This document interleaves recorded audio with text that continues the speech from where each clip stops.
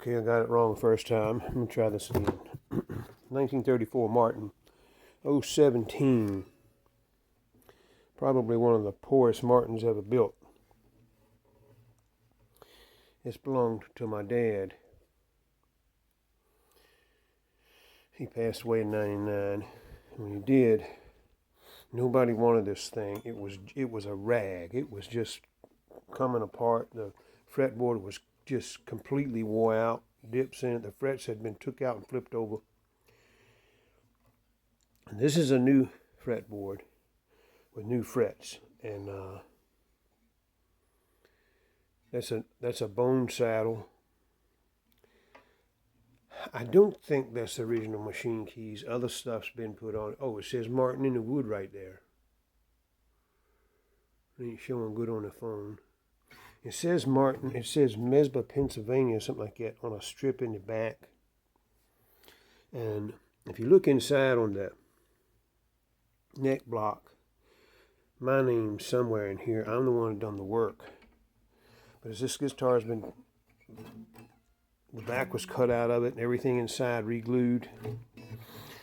It's like, I forget now, 6 or 7 layers of guitar lacquer on it. That's the original pick guard. I made that bridge.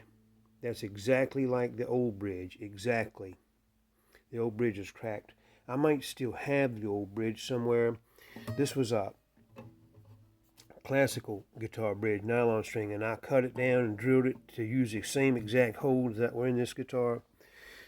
New fretboard. This is I think been a long time. 13-inch radius fretboard, and I think these are jumbo frets. I think. Wow, it's been a long time. I shopped with them.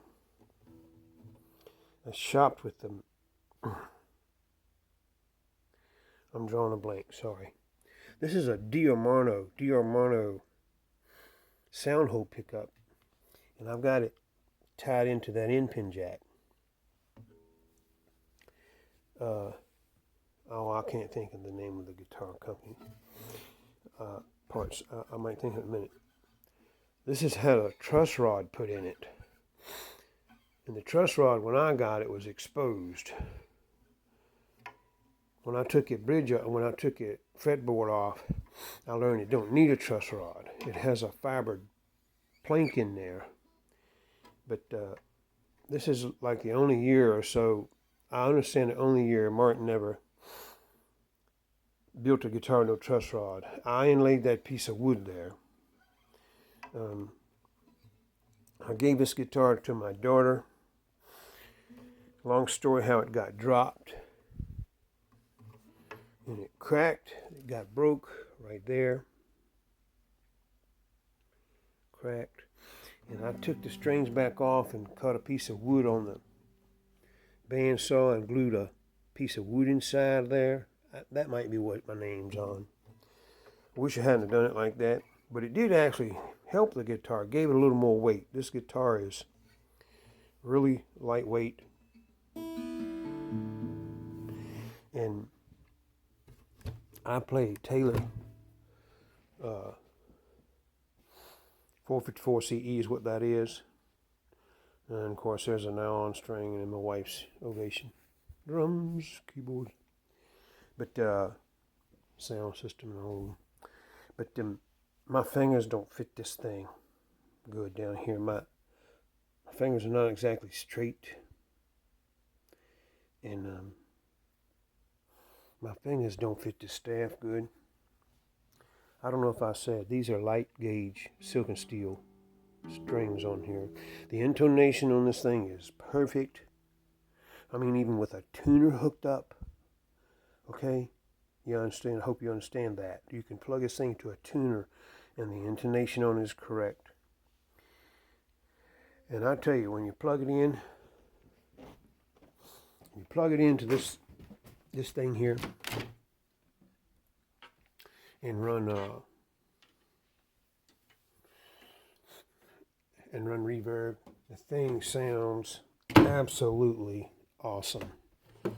That's a sound system there too. You can plug it in something like that, and the thing just sounds awesome. But anyway, I just thought I'd show you. I don't know how old that case. This case is. This was. Oh, I already told you it was my dad's. But anyway, it's there it is. That's all there is to it. Don't know. I put that cap on. I wish I could think of the name of it. StewMac, StewartMcDonald.com, or StewMac Magazines. Is where I got the parts for this thing, the lacquer and the fretboard. That fretboard is actually for a Paul Reed Smith. It was pre-slotted, but I had to shape it. And that's hide glue on there. Everything else here is Titebond. But they put hide glue on here in case you don't want to take it off. But, and the frets are 17 thousandths, slots, as to where the original was 20 thousandths. So you couldn't even have refretted the old fretboard without a bunch of epoxy in that. And so when I glued the back on, I jigged it down. All this true and plumb jigged back down flat because the fretboard wasn't on it then. And then I put the fretboard on it. So it's, I don't know, just I wouldn't put any heavier string on it. I'd leave the silk and steel on it. And it was, when I put the back on it, there's one flaw right there that can't focus on it too good. There. See that glue spot? But otherwise, turned out good. I had to, dress it, block it down some, but it